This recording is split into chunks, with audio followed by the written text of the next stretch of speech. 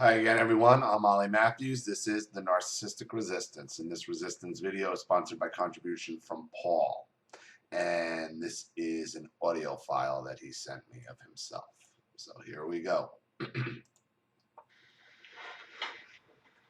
Hi Ollie, how you doing? This is my second attempt at making a video. Just want to address a couple things in your email. First of all, you suggested that I write things out, but believe it or not, my writings have been more meandering than the first video that I sent you, and that's actually why I'm making a video instead. Second, you asked if there were drugs involved in what's been going on, and I don't take any offense to it. I completely understand because I feel like I'm on drugs. But no, I'm as clean as a whistle, and I don't even drink, and I actually try to take as good a care of myself as possible. I'm a health nut, whatever. So I'm not going to do I'm going to keep this much more concise. I want to just focus on the last 4 years. Obviously, these things have been, the dynamic of what's been going on has been going on since I was a kid. I'm the one that's been picked on. I'm the one that's been bullied. I'm the one that the other three, because it's me, my parents, and my brother, I'm the one the other three feels makes the other three look bad. I only recently realized that, and it's great because I've gone out of my way my whole life to try to make them look as good as possible, oftentimes at my expense. But no matter. Before I go into the data, what's been going on in the last 4 years, I would just like to say your videos in general have been extremely helpful, but that one video that you made about victims of narcissistic abuse having difficulty accepting compliments, in particular, that video was so powerful, and in fact, I posted it to Facebook and actually brought it to a counseling session with me to show the counselor in order to help her better understand what I've been dealing with. And the one thing I'd like to say is that I broke free of that mentality once I became aware that the image of myself was completely dishonest. Because although I had a very distorted sense of myself, the one thing I always knew about myself was that I was honest. And once I saw that I was being dishonest in how I was looking at myself, I couldn't hold on to that negative image of myself because It's dysmorphia. You know, it's something most of us deal with who have been abused by these sort of people, whether it's dysmorphia of the body or just dysmorphia, emotional dysmorphia. You see yourself differently than what you actually are. And, you know, when you talk dysmorphia, normally it's a physical thing where you look at yourself in the mirror, you see yourself as overweight, or you see yourself as ugly, or you see yourself as this. And that's like a physical thing, but it's also an emotional dysmorphia as well. So you can suffer from a dysmorphia that doesn't necessarily manifest itself physically, where it's all internalized, and internalized dysmorphia of how you view yourself. wasn't true. So, but I've spent the last 4 years having that new mindset. It's been under assault because I find myself back in a situation that led me to have that dishonest image of myself, and it's reinforcing what I knew. It's not a dishonest image of yourself. It's not. Where even I've said in the past, we're lying to ourselves. We're not lying to ourselves. We have an emotional dysmorphia, like a body dysmorphia of ourselves, an emotional dysmorphia. Be true in what you explained in your video, how family can beat someone down and be relentless in their pursuit of beating a person down when they don't go along with what. Well, I mean, I don't think it matters if you go along or not. If they're determined to do it, they're gonna do it, and so that's how I find myself where I'm at right now, which is flat broke and with absolutely no one in my life right now. So what happened 4 years ago was that I found myself in a spot where I needed to take my parents up on something they'd been saying since I had moved out at 21, which was that if I ever needed to, the door was open to me staying with them. This is something I'm glad you brought that you said that, because that's something that we're about the same age. I think you might be a little younger than me, but obviously our parents are both baby boomers. This is something like these baby boomers would say: you could always come home. That's part of the dysfunction of why we can, because they give you this facade of family. So they say all the right things, and because most of them were raised on television themselves. Like, take my father. My father basically learned how doesn't have a real emotion himself either. Everything he does, he's emulating something from a television show. So none of it's real. And with parents like yours, where I'm saying this going, they'll always tell you you can go home, but don't ever try to take them up on it. Because if you do, look out. Which I knew to be a lie, but as I said, I had no choice but to take them up on that offer. So they had a 3-bedroom house, and one of the spare bedroom or one of the rooms was completely empty, or it wasn't in use, and so there was no need to accommodate me. I was merely going to be staying in the room. They begrudgingly allowed me to stay there. I don't know if they would have allowed me to if they could have found a way to tell me no without making themselves look bad, but because they couldn't, I was able to stay there for all of a month. After a month of staying with them, while I was at this house that I'm in right now, which is where my brother was living, while I was here visiting my brother, my mom called and told me that her and my dad no longer wanted me to live with them.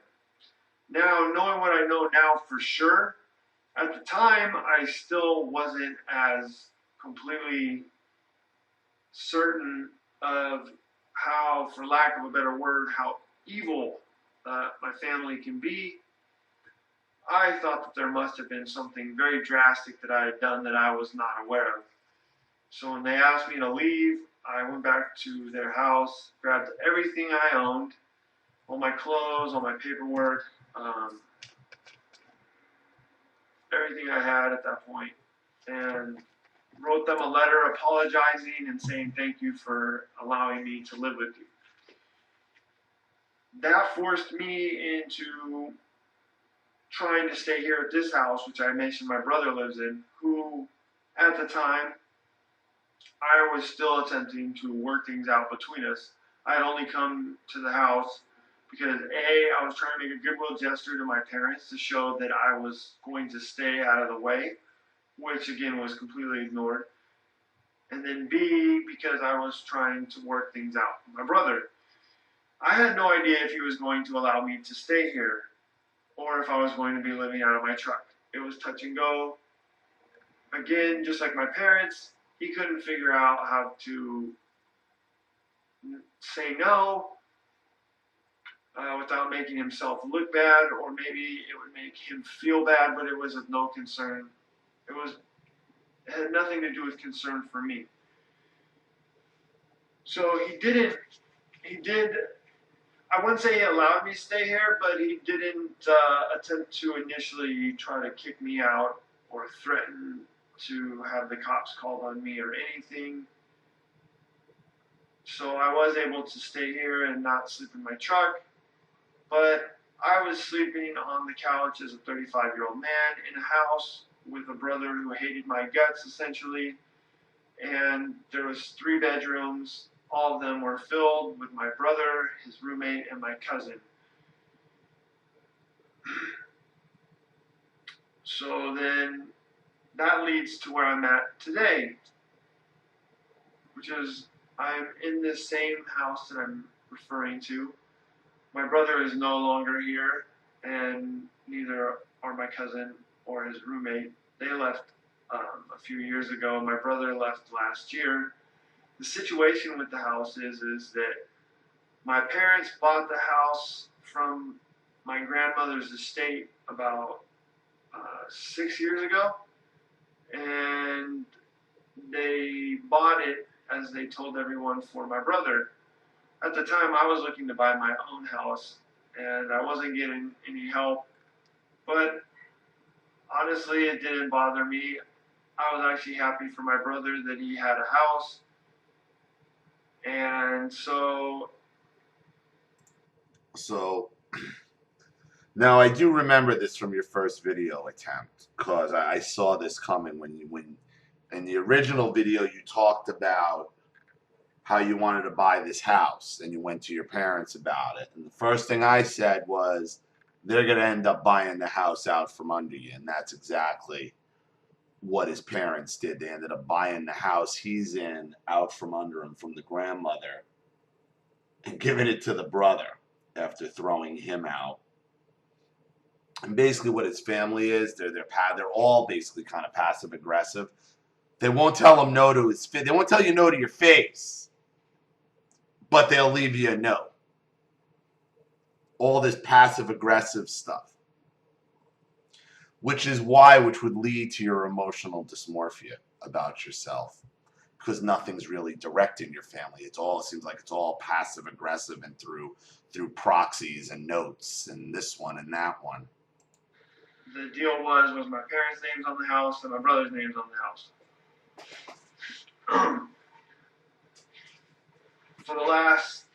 Up until last year, my brother was making all the mortgage payments, and then last year, after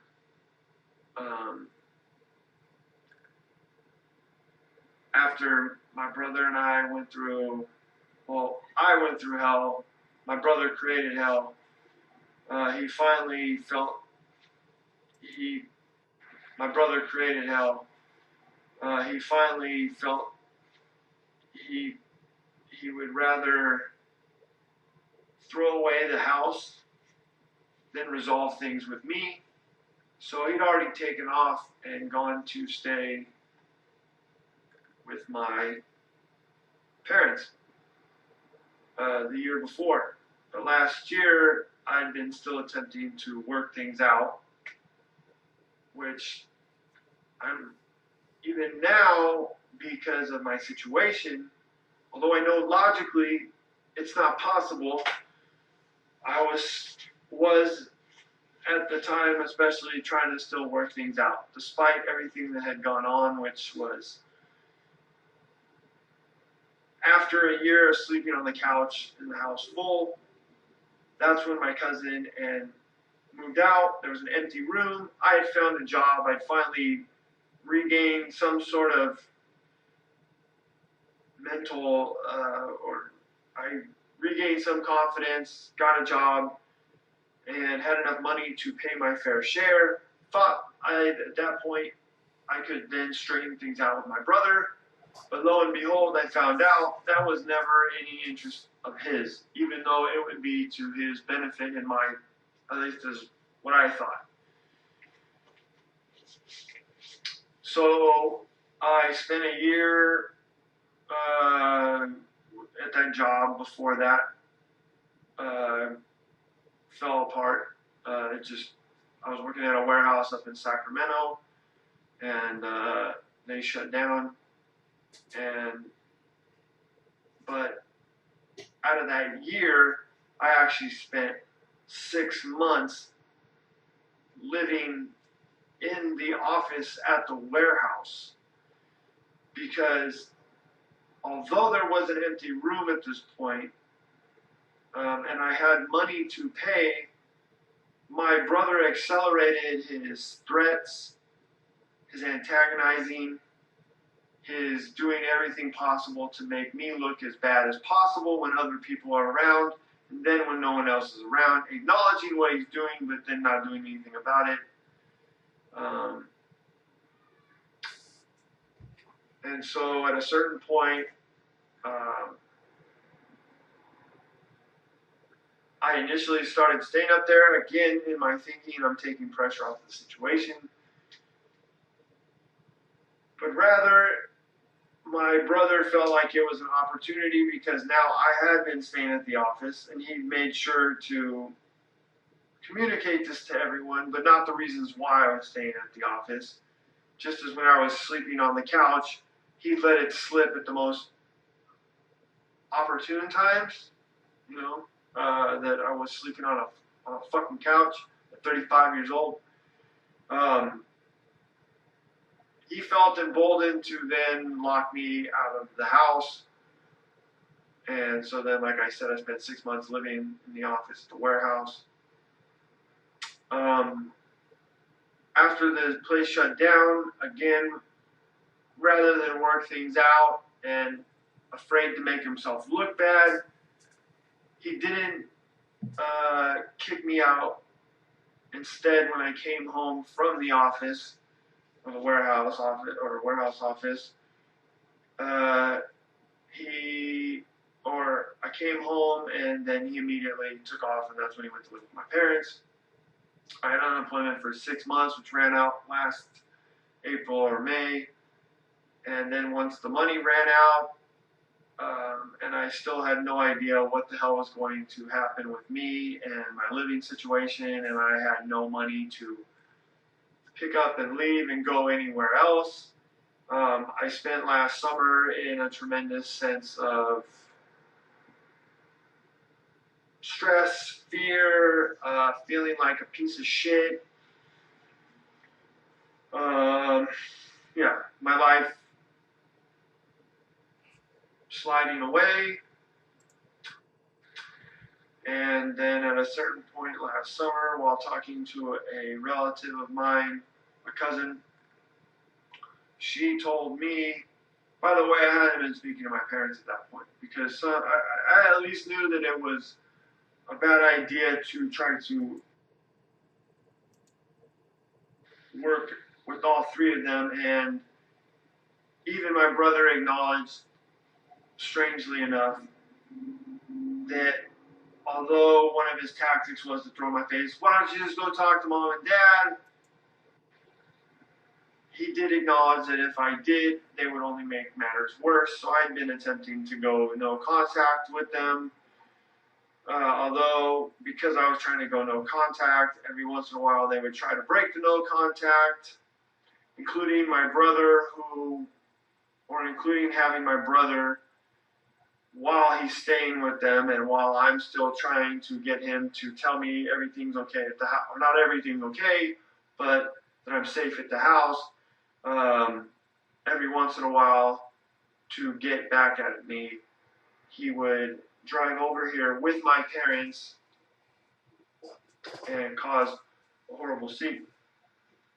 Because he knew, after I had told him a million times, don't bring mom and dad into this, of course he'd bring them over in order to yada yada yada. So anyway, back to what I was saying about my cousin, she told me that my parents had mentioned a few times at extended family gatherings that they hadn't just bought the house for my brother, but they had actually bought the house for me as well. Uh, they unfortunately had neglected to mention that to me. Maybe they'd just forgotten. And they'd also neglected to put my name on any of the paperwork, including the deed to the house. Again, maybe that was just a simple error. I don't think so, though. That's not an error. No, that's not an error. All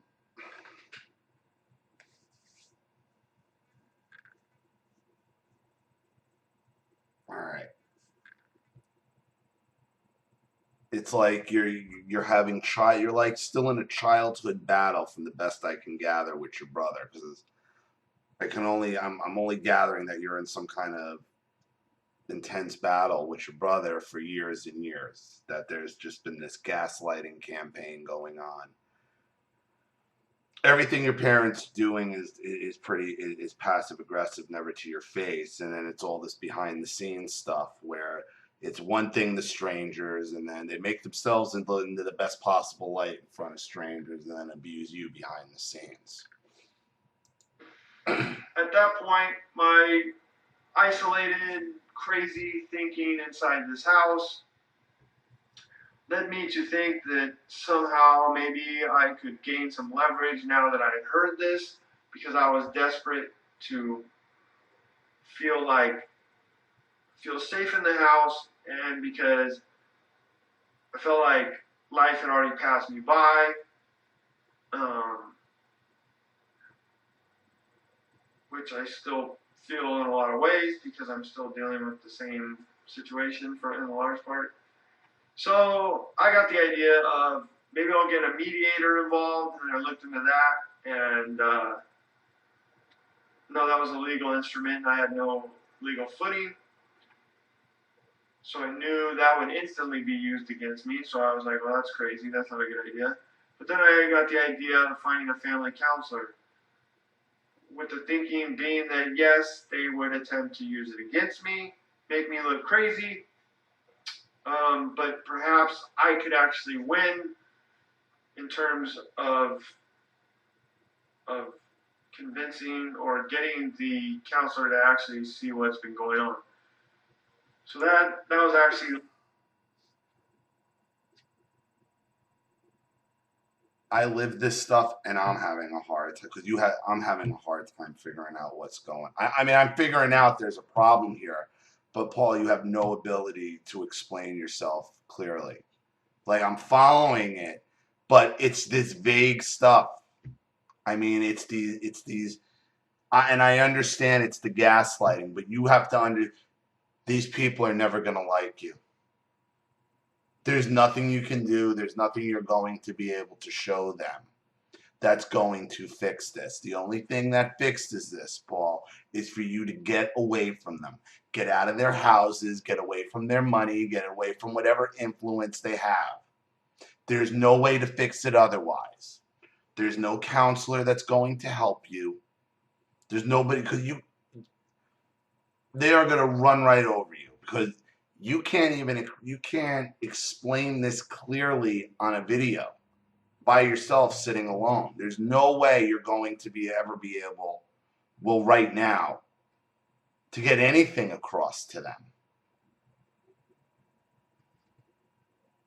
Last September, and so been involved with the family counselor since last September. Initially, I had attempted to make it between me and my brother, because my thinking was, and again now, especially after having learned all this about narcissism, because I was not familiar with it before, I still thought that if I could gain leverage, I could straighten things out with my brother, and then we could come to a rational. See, if you're trying to gain leverage, it's not gain leverage.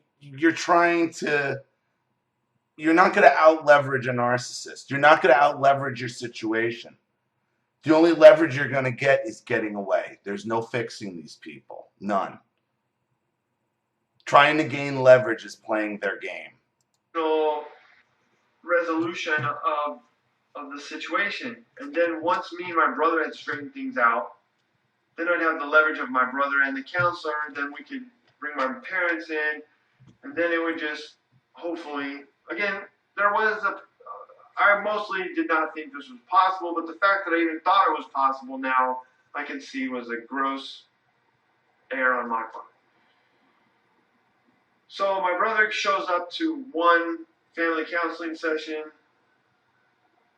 He tells a bunch of lies in the session, makes it sound like he wants to work on things even outside of the session. Him and I meet up one time outside.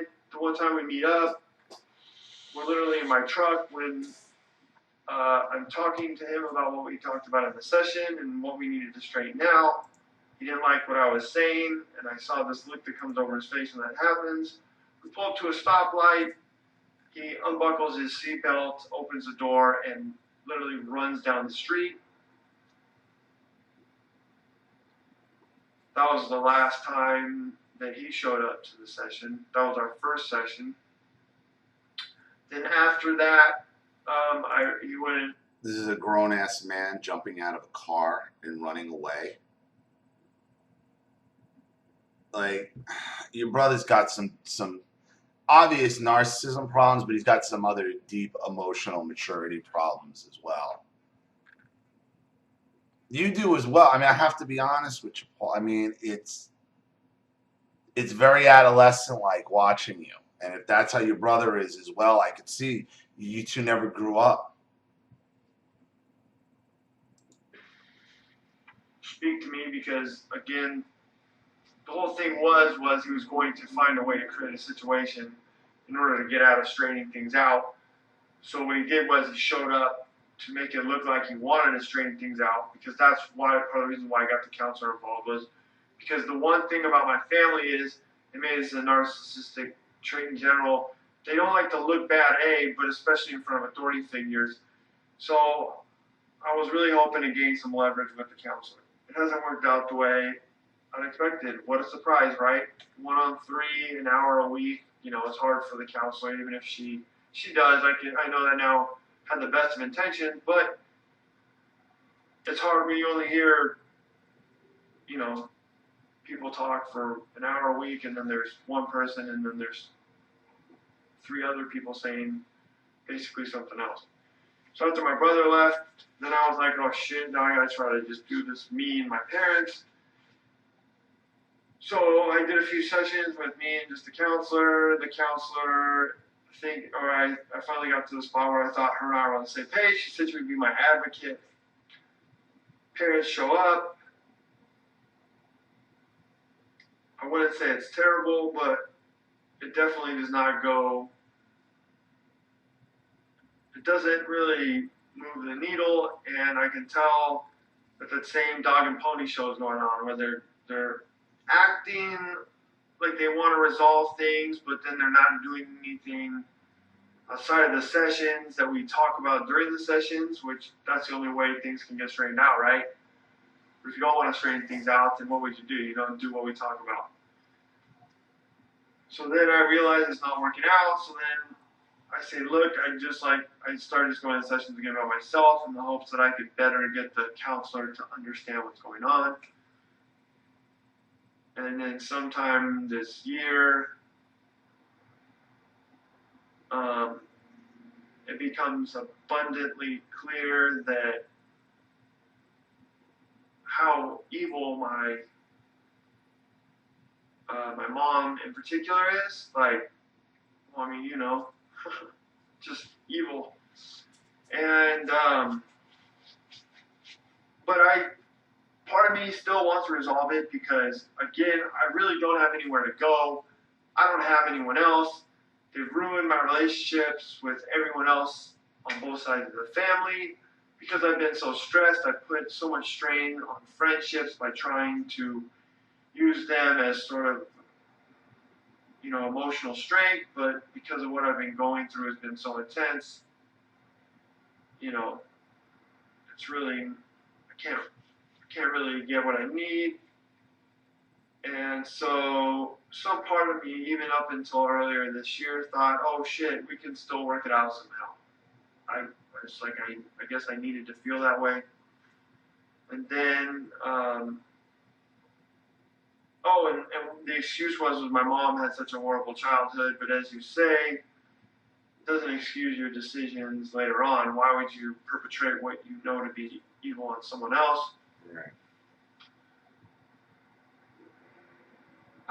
Going to the counseling session every week by myself at this point. I'm trying to make no contact. I'm trying to give up. Still don't know what's going on with the house. Still have no money. Don't know where to turn to. So I'm making irrational decisions. In February, after having not spoken to anyone in my family for a couple months, I'm sitting at the house again, hyper isolated, no money, feeling the stress of life, the weight of years adding up, and again, just being isolated completely by myself in this fucking hellhole. It broke me down, and I made a stupid phone call to my mom. She wanted to play along, so for a month after, my mom played along. I was buying into it. That part of me that wanted to took over, and I stupidly thought things were progressing. I knew that I could tell there were signs that she wasn't completely buying in or playing along, but I thought, oh, that might happen still. And then at the end of beginning of April, I think, or maybe the end of April. No, it was the beginning of April. That was my mom had created enough situations to purposely make me get extremely upset, meaning that, well, I'll just tell you the technique, which I'm sure I'm not the only one that's dealt with this. And again, I try to communicate this to the counselor, who would see my mom in the session, who would act like she didn't understand what I was saying, and then act flabbergasted. And then the counselor would be like, well, see, Paul, your mom's being burnt out, even though outside of the session, my mom is she's talking shit, but throwing things in my face purposely to antagonize me. But of course, the counselor doesn't see any of that. But anyway, the real technique, though, is we agree to do something. Then when I say, okay, it's time to do what we agreed upon, it's first literally ignored, like no response at all. I'm being told if you press on it, then we'll escalate it. If you don't press on it, we're not going to do it.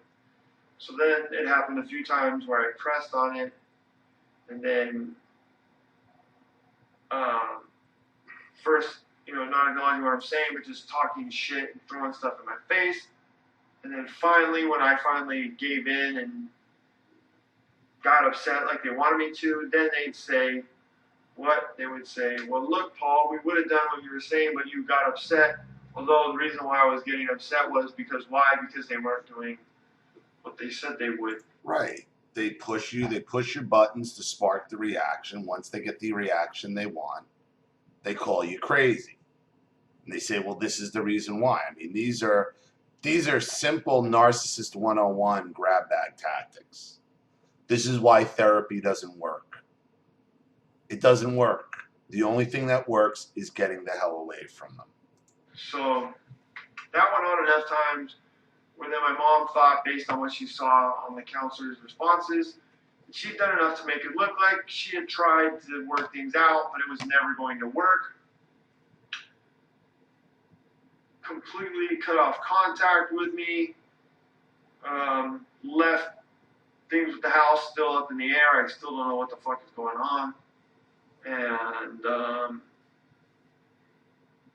So I guess I'm supposed to feel like they did me a favor based on what I'm learning about no contact. But now I'm at this point again where my only point of contact with the people that are in control of my living situation still is the counselor.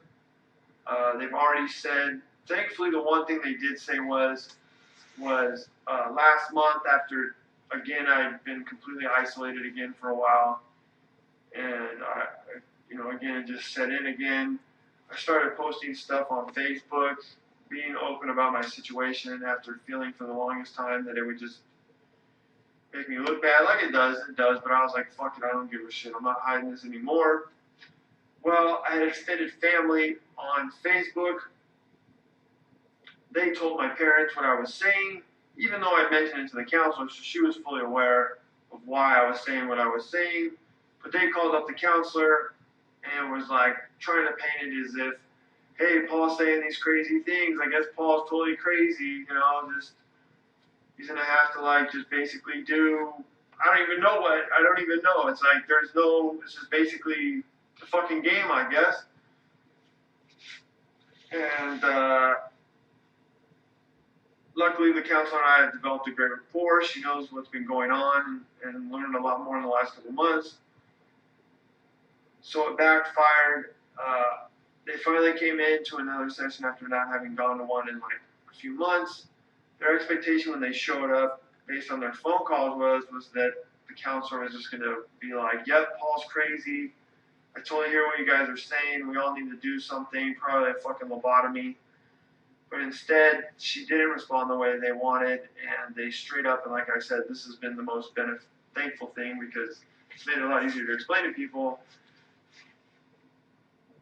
When they didn't get the response they wanted, the counselor said, well, I think you guys should continue to come. And they basically straight up said, well, we're not really interested in straightening things out. So at least I have that. So you know what they were after then, Paul. The only reason they were going is because they were trying to convince the therapist that you were crazy. That's what they were trying to do. They were just using this as an easy way to get you out of that house.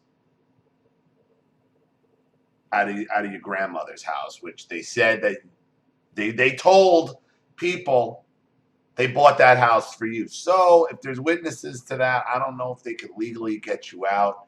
I'm sure your brother's the golden child. That's what this is all about. See, that's what this is all about, Paul. This is just an easy way, even though it's not an easy way, for them. Instead of them just telling you to get the fuck out of the house, just like your mother kind of left you a note, she don't want to leave you another note. She'd rather have you deemed crazy, figuring. And once they realized that the therapist wasn't going to go down that road with them, no, they're not interested anymore, are they? This is why you have emotional dysmorphia. You don't know who you are. You have no confidence in yourself. And emotionally, you never grew up. You never grew up in regards to your entire family. You're still a child. But my current situation is still a fucking pile of shit. Things have changed somewhat. I'm not flat broke. Some people have reached out to me and there's opportunities. I've had a little bit of work. But the biggest problem is that the confidence that I had built inside of myself has been, it's still, well, I got broken again. I got broken again. And intellectually, I know who I am. I know what I'm capable of, all that. But I can't tap into any of it. And it's really making it difficult for me to do the things I need to make the break and get the fuck out of here. And some part of me, crazily, and maybe that's part of the reason why I'm making this video, is some part of me is still trying to figure out how I can get my name on the house, if there's any way I can get leverage, because frankly I'm terrified of my future at this point. The trajectory of my life is shit. I have nothing to hang my hat on, so that part of me feels very. If you got nothing in writing and all you have is your mother telling the friend, you're in the mud with pigs as it is. Is your future worth this? It's not.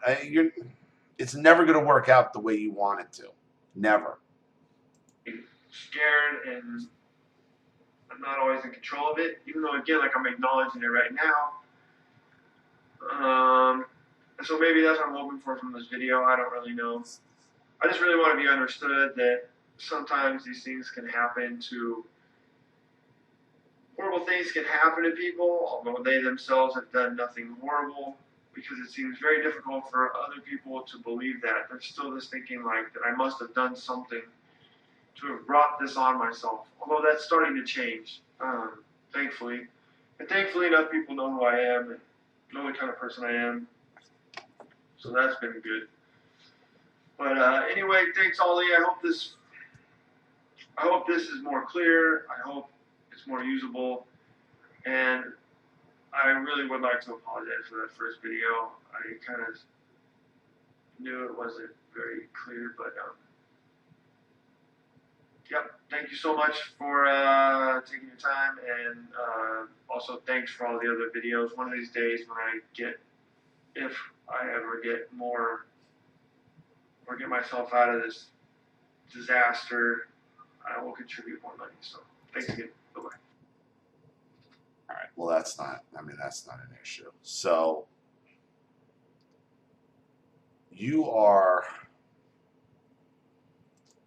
this is emotional dysmorphia. You thought these people needed convincing in your life, and I think that's just how you were perceiving yourself, because you were saying these lies you were telling you about yourself. You're telling yourself lies about what other people thought of you too. I think you're probably being a little harder than you need to be. But this emotional dysmorphia you have is what's making you think you need your parents, that you need to put up with this nonsense that you don't, that your whole future is contingent on this house connected to your family. It's not. It's not at all. That's dysmorphia. That's emotional dysmorphia. Just like people with body dysmorphia look in the mirror and see themselves as overweight, we look in the mirror and see ourselves as bad, or see ourselves as how no one else really does. So it's not lying to ourselves.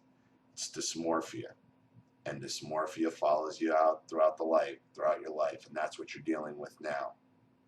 This dysmorphia that may basically keep you as a child. You and your brother. That isn't normal. How come it's all right for your brother to live in the house? In that house? How come it's all right, but not you? Two different sets of rules for two different people in the same family. Why is it okay for him and not for you? And why are you accepting it? Because the dysmorphia told you deserve it emotionally. That's not the case. So, Paul, thank you again for your contribution. Thank you for your story. I appreciate it. Thank you to everybody watching. Please leave any opinions or advice in the comment section below.